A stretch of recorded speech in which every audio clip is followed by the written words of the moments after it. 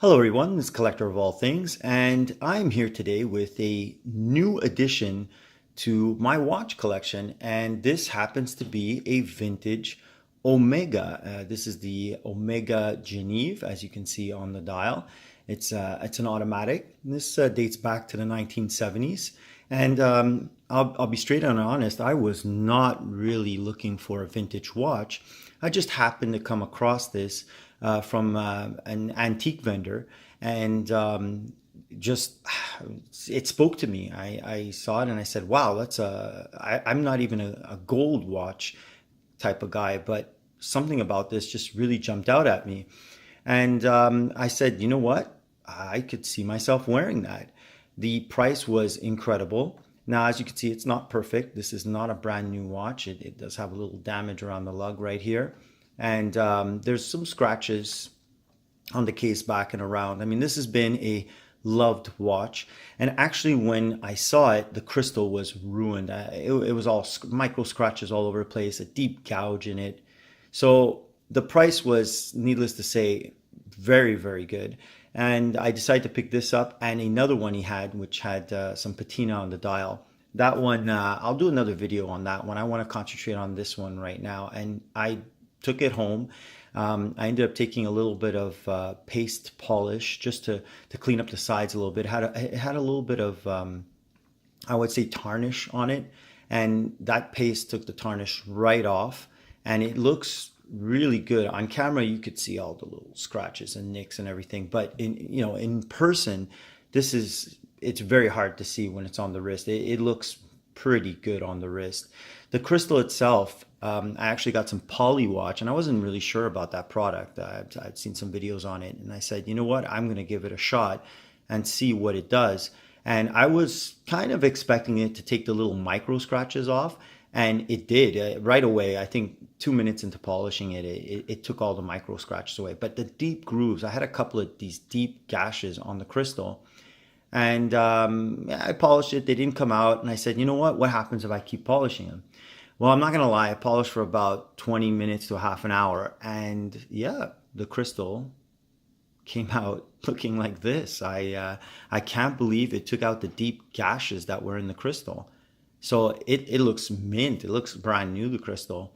The gold too came shinier. It doesn't have the tarnishing that it had when I had it. I washed it, I cleaned the back with it a little bit too. Of course, I didn't use any water. I mean, yeah, it's a screw down case, but this is a vintage watch. I'm not expecting it to be waterproof. I then changed the strap that I had just lying around, and I tried it on this watch, and it fit really well. I really liked the way that this looked, and this buckle did not come from this strap, so I actually took it from another strap just because the color matched the watch itself. The watch is, like I said, after I was finished cleaning it up a little bit, it's beautiful. I think the dial is stunning. I love the way the light catches it. So this one is from the 1970s. This is the 1012 caliber automatic movement from Omega.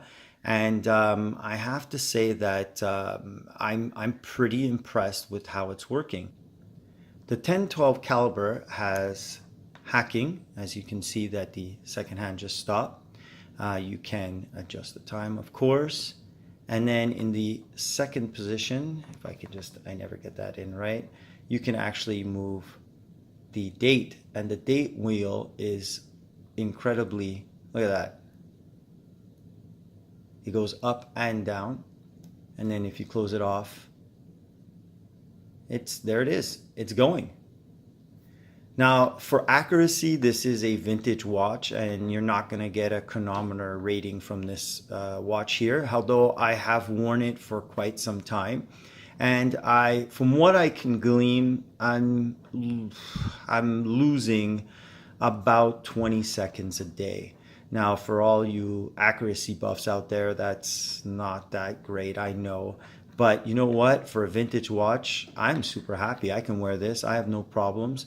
And really, I mean, 20 seconds, is that going to kill me? Of course, after 3 days, you're a you're a minute behind.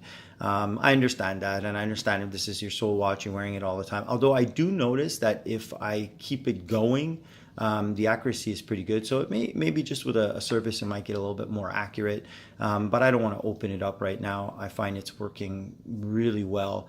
Sometimes with a vintage watch, when you open them and you start playing around with them, you can have problems. This one is just functioning the way it should. It does have a signed crown, if we can just show you there, and the lug width is 18 millimeters. The watch itself is 36 millimeters. Let's see how it looks on the wrist, and there you go. So my wrist is a little over 7 inches, about 7 1/4, let's say, in between 7 1/4. And I find it just looks fantastic. I just love the look of this watch. I find myself looking at it when I wear it. And for the price I paid, I mean, it's incredible. And I didn't think that I would like vintage, but I have to say that after owning this watch, I have become a vintage fan. So for those of you who've dismissed vintage watches, I have to tell you, you might be missing out on something. Now, obviously with vintage, you got to be a little bit more careful. The crystal is more scratch, it can scratch easier than sapphire. But again, with that poly watch, that was like magic taking it out. And the other thing I have to say about vintage is, the movements are a little bit more fragile. So I mean, I wouldn't play any sports with them, although at that point you shouldn't be playing sports with an automatic watch. Even the strongest ones out there, take them off before you're going to do anything physical with them. Also, water resistance is suspect, of course, but I don't swim with my watches. I'm very careful with them. When I wash my hands, I actually take my watches off, so that doesn't affect me that much. I'm just really enjoying this. I think this is fantastic. I love the way that it looks. I'm happy that it all came together. So let me know what you think in the comments. This may not be your cup of tea, or you may like it. I have to say that I am thoroughly enjoying it. So I'm really happy with this purchase. My first vintage watch, and I think it came out really nice.